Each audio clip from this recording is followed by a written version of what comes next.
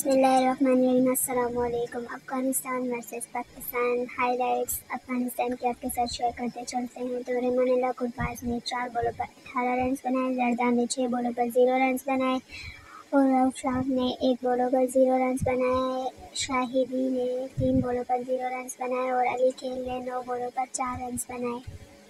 तो उसके बाद मोहम्मद नबी ने 19 बॉलों पर 7 रन बनाए और उमर जई ने 12 बॉलों पर 16 रन बनाए और राशिद खान ने 2 बॉलों पर 0 रन बनाए और अब्दुल रहमान ने 13 बॉलों पर 2 रन बनाए और मुजीबुर रहमान ने 3 बॉलों पर 4 रन बनाए। फजल फारूकी ने कोई भी रन नहीं बनाया, आउट हो गए। तो ऐसे ही अफगानिस्तान की पूरी टीम 19.2 ओवर और 59 रन बनाकर पूरी टीम आउट हो गई। तो पाकिस्तान ने शानदार शिकस्त दी और पाकिस्तान के हारिस रऊफ ने शानदार कारकर्दगी दिखाते हुए 5 बंदों को आउट किया। तो जल्दी से चैनल को सब्सक्राइब करेंगे सीखने के लिए और क्रिकेट अपडेट्स के लिए और मज़ेदार वीडियोज़ के लिए। Thanks for watching.